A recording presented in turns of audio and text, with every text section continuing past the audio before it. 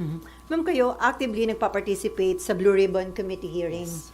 Kayo ba'y kontento dun sa takbo na investigasyon? Kasi yung Minority Bloc naglabas ng report na parang nag-express ng disappointment, binabatikos, parang hindi sila kontento sa takbo ng investigation. How about you, ma'am?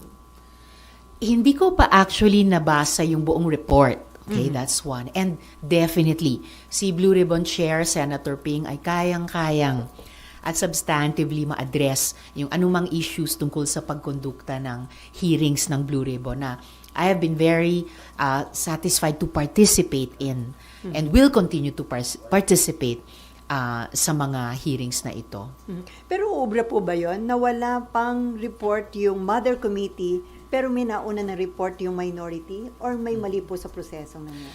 Well, that's a valid question kasi ang precedent na naalala ko, naalala nyo siguro nung nasa minority kami ni dating Minority Leader Coco Pimentel, nakapag-submit din kami ng isang minority report noon, 'di ba, dun sa sugar smuggling fiasco.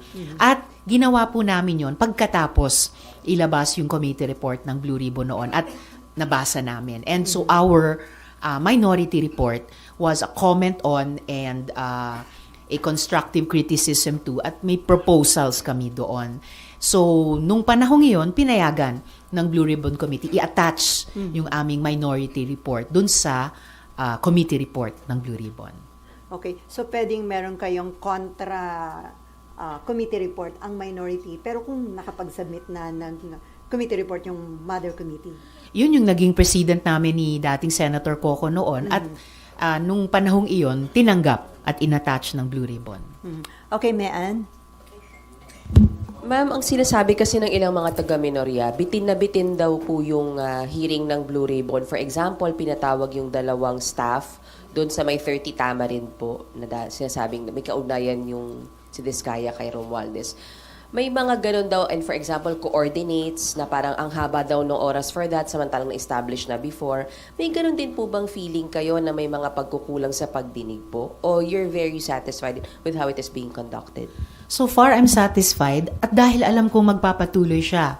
Hindi pa siya na-adjourn, magtatawag pa ng susunod na hearing. And for sure, I will also follow up certain issues na hindi pa kompletong nasagot ng mga resource persons. Yung coordinates, nakaka-frustrate talaga yung issue iyan. Kasi unacceptable sabihin na anyway, yung coordinates ay in the same area generally nung proyekto. Hindi, kaya nga coordinates dapat precise, dapat accurate. Alam yan ng lahat ng inhinyero. And I'm not even an engineer, pero alam ko yan. Tuloy na sayang ang oras, ang resources, pati ang pasensya ng taong bayan. Dahil inamin ng mga government or executive resource persons nung nakaraang hearing na halos kailangan ulitin ang halos lahat ng mga audit at internal investigation nila. So I am hoping na yung ICI, yung Ombudsman, yung DOJ ay magsasagawa ng kompletong kailangang re-investigation or re-internal audit sa lahat ng mga proyektong suspected ngayon, either ghost o di kaya ay substandard. At huwag na huwag gagamitin nino man yung issue ng inaccurate, of all things, inaccurate coordinates para maliitin ang galit ng mamamayan or anong sabi ng mga bata, gaslight ang publiko, no, sa indignation talaga at pagnanasa sa katotohanan at hustisya. Yung dalawang resource persons na inexcuse na nung hearing, but I do recall na ako mismo hindi ako nagtanong sa kanila except for one, no, tungkol sa sino yung binanggit nilang law firm. Pero I recall na tinanong muna ni Chair Ping kaming lahat kung meron pang mga tanong sa kanila, at nung wala nang nagtanong pa bukod sa amin, ay sa kanila in-excuse. Wala rin namang nagpipigil, as far as I know, sa isang Blue Ribbon hearing, ongoing investigation, ipatawag ulit ang mga resource person na earlier na dismiss na. Na-observe ko yon nung investigations ng Senate Committee on Women and lalo na sa Blue Ribbon. Hello. Ma'am, comment lang din. Doon napansin na rin namin yung reaction nyo doon sa hearing. Pero may ilan na pong nagsabi na medyo makapal daw po yung mukha ni Curly Diskaya. Medyo? Nang sinabi po niyang parang Sila nanakawan. nanakawan I know, right? Kaya talagang ilan sa amin halos mahulog sa silya. I mean, hello, sasabihin niya na ninakawan sila. Parang, parang hinold up tayo, tapos kailangan pa nating mag-sorry sa hold upper. I mean, tigilin na ng mga diskaya yung ganyang pag-iiwas sa mga tanong or outright pag-deflect sa direksyon na gustong tahakin ng hearing. Kung talagang gusto nilang makipagtulungan sa gobyerno, simula na sa Blue Ribbon Committee, kung talagang gusto nilang matanggap sa Witness Protection Program, dito pa lang sa Senado, simulan na nilang sagutin ng tapat at kompleto lahat ng aming mga tanong. Tigilin na yung mga yun na nga, hold-upper, pretending to be the victim. Tigilin na yung mga pagdadahilan na kesyo hindi daw sila pinapasok ng City Hall sa office nila na, by the way, may credible source kami na hindi yan totoong nangyari. Sa halip na sabihin nilang wala na silang employees, kaya't hindi na ma-recover yung records. I mean, oh come on, no? Inamin mismo ni Sara Diskaya nung isang early hearing na definitely 2016 pa lang, nagsimula na silang tumanggap ng malalaking kontrata, pati sa flood control mula sa gobyerno. At tansya ng Blue Ribbon, from that 2016 to 2025, mga 305 billion pesos worth, kung di ako nagkakamali, ng kontrata ang na-secure nila sa gobyerno. Imposibleng ganyang kalalaking mga proyekto talaga ay walang paper trail at wala silang access doon. Ano kahalaga na makuha pa yung ledger? It seems to be the missing piece, ano? But It is. right now, hindi talaga nilalabas. At minsan nang umoo si Curly Diskaya sa Blue Ribbon Chair na isasubmit nila yan. So bakit biglang iba na naman ang tono nila at ang daming pagdadahilan, tinatapon pa sa DPWH na sila na lang daw ang mag-provide sa committee ng ledger na yan. It is a very important and big missing piece dahil the first 6 years na tumatanggap sila ng malalaking proyekto and therefore ng malaking pera date back to 2016. Sa akin, yung kay dating DPWH Secretary Bono, na-confront din po siya tungkol dun sa more than 2 billion na di umano ay kickback niya. Are you satisfied with the denial po? Well, some of my colleagues have already said na yung ganyang klaseng flat-out denial, bagamat isang defense siya, it could be considered a weakest defense. So, hindi rin po tumitigil yung Blue Ribbon at yung mga miyembro namin to try to tease out the complete picture. Ma'am, do you think na-establish dun sa Blue Ribbon Committee hearing yung connection ni former House Speaker Martin Romualdez sa mga diskaya sa pamamagitan ng dalawang babaeng witness, or medyo hindi gaanong na-establish? Well, for the first time again, nabanggit yung pangalan nila. So, I guess, bukas din yung pagkakataon na dumalo sila sa susunod na pagdinig at ibigay yung kanilang panig. After all, dati na siyang inimbita sa Blue Ribbon hearings. Si former Speaker Romualdez. Opo. Pero better ba kung mismong former owner nung bahay ang humarap sa Blue Ribbon Committee hearing? I think nasa kamay yun ni Chair Senator Ping dahil nung natanggap nila yung information, ayun na nga, na-secure nila yung appearance at least nung dalawang witnesses na sabi nila may personal knowledge sila dun sa kanilang sinasabi tungkol kina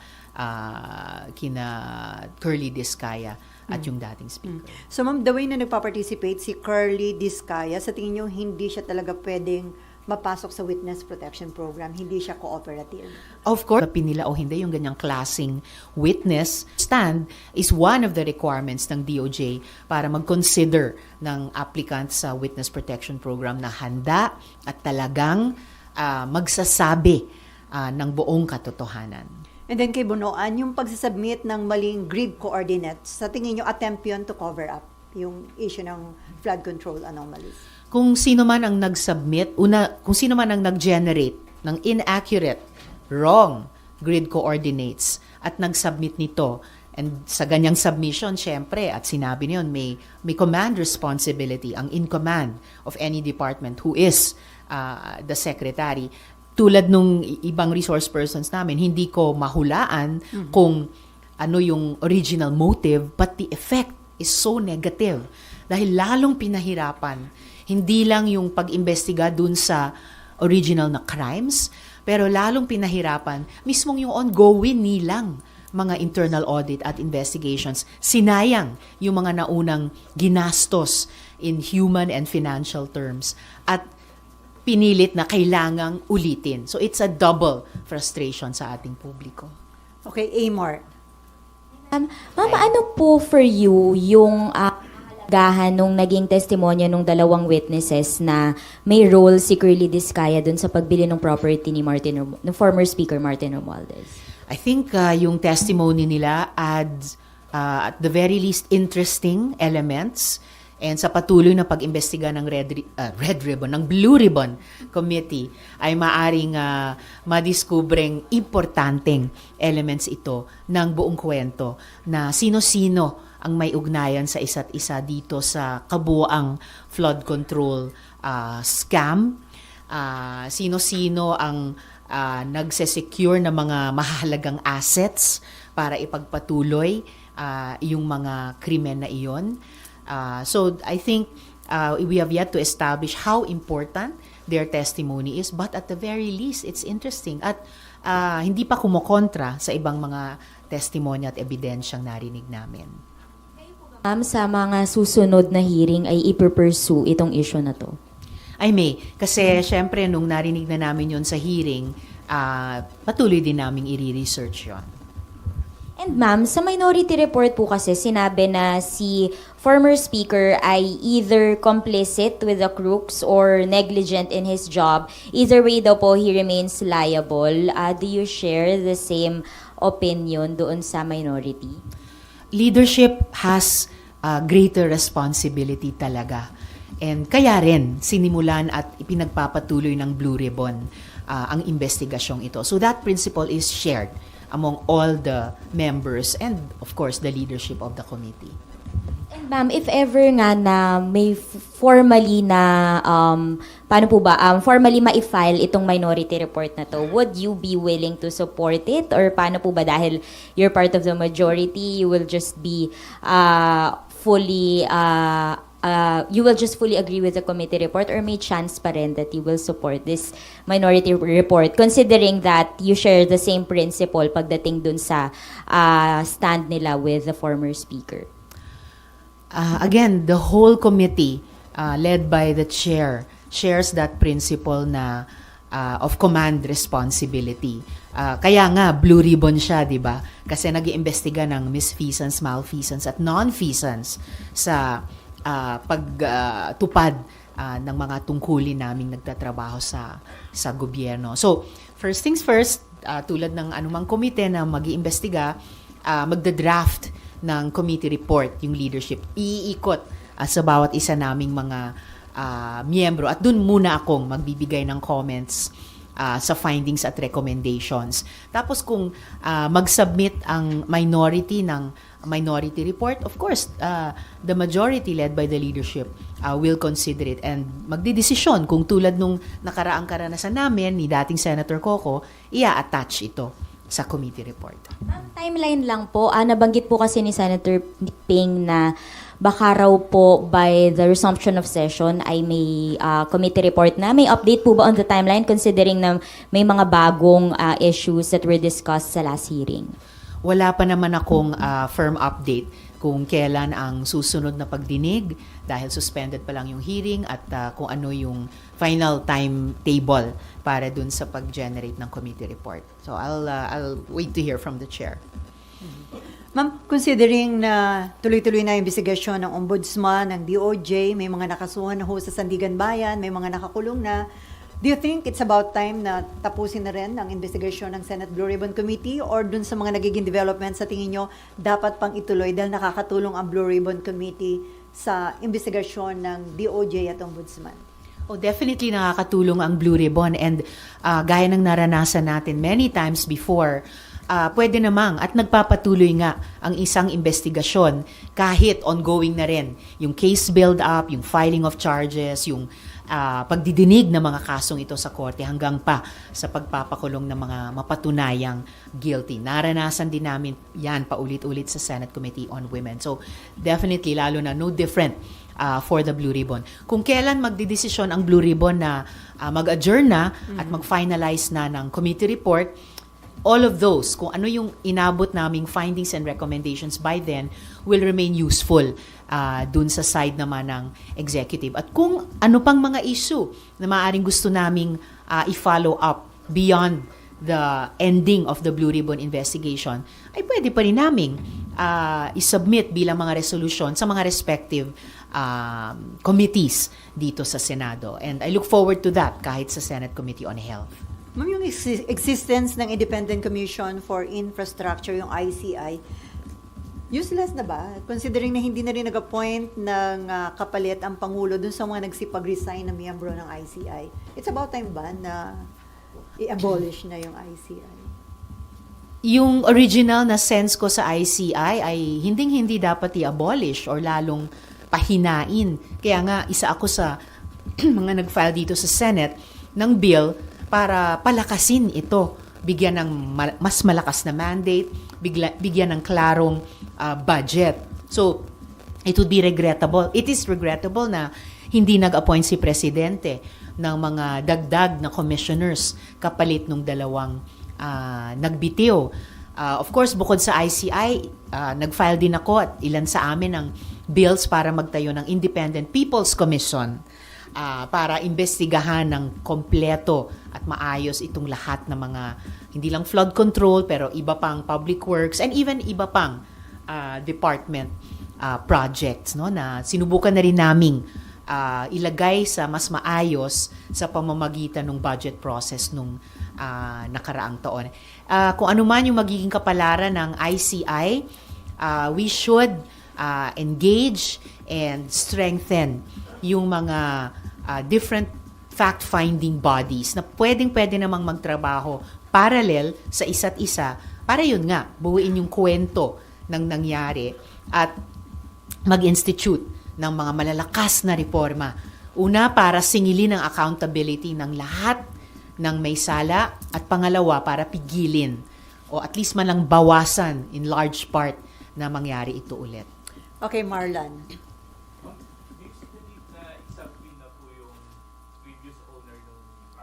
Makati na sinasabing nabili ng former speaker.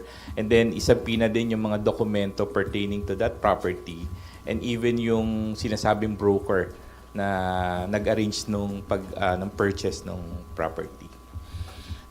I think sa ngayon, nasa wisdom ni Chair Ping kung isasabina pa yung dating may-ari. But possibly, it would be worth considering sabinain yung documents na cover nung trail nung exchange of ownership of the property. So possibly including the brokerage documents as well. How about si Maynard Ngu and then si former Yusek Traije Bolívar, hindi rin po masyadong natanong as pointed out by even netizens, yun ang sinasabi, bakit hindi masyadong natanong regarding doon sa previous testimony ni Yusek Bernardo na siya mismo at si Olivar yung nagkikita para mag-deliver ng pera ng mga kickbacks. Pwede pa silang tanungin pa sa susunod na pagdinig. So sa tingin nyo, last hearing, hindi masyado sila na natanong, ma'am, na pursue yung mga issue against them? So that's why sa susunod na pagdinig may pagkakataon pa rin. Okay, Amor. Po ulit kay former speaker, you mentioned po kasi na bukas yung Blue Ribbon Committee dun sa pagdalo niya. Pero he was invited, I think, last year, pero hindi nga po siya dumalo. So paano po kaya siya mako-compel in a way to attend, considering na may interparliamentary courtesy? So exactly, dahil sa interparliamentary courtesy, hindi pa ginagawa na, 'di ba, isampina or mag-show cause lalo na. So at least na-express ko na yung understanding ko ng disposisyon ng komite na dahil nabanggit ulit yung pangalan nila, there's still that standing invitation and opportunity para dumalo sila sa pagdinig, magsalita doon because the invitation still stands. Okay, Maan. Ma'am, isa na lang ako. Ma'am, yung ledger lang, paano nyo pa po siya makukuha from Curly Descaya? Ano pa po yung moves left for you to get it from him? Well, umaasa ako dun sa sinabi ni Chair Ping na gagawa siya ng paraan to solve this problem. Ibig sabihin, to procure the ledger na nung una, umuo na siya sa utos ng chair na isasubmit niya, si Curly Descaya, biglang nung nakaraang hearing, ang dami na namang pagdadahilan at paglipat ng responsibility to do that, no, sa DPWH. Yes, nasampina na. That's why. So, kumbaga, in violation na si Curly Descaya ng sampina na iyan. So, on the one hand, habang nagmamatigas siya sa Blue Ribbon, lalo siyang palayo ng palayo na siguro, no, sa pagkonsidera ng DOJ ma-admit sa Witness Protection Program. Ma'am, anong tingin niyo? Bakit ayaw niya i-submit? May pinoprotektahan kaya siya? Kaya ayaw niya i-submit yung ledger? Yeah, I think any concealment or withholding of evidence ay attempt para mag-conceal ng something or someone. Bakit yung mga taong 2016 to 2022 ay ayaw nilang ibigay ang ledger? Ang dali nila at unang ibinigay yung 2022 to 2025. But that's just 1/3 of the whole story na iniimbestiga ng Blue Ribbon. Hindi lang itong administrasyon, pati yung buong 6 na taon ng nakaraang administrasyon ay kailangan para mabuo yung kwentong ito ng flood control scam.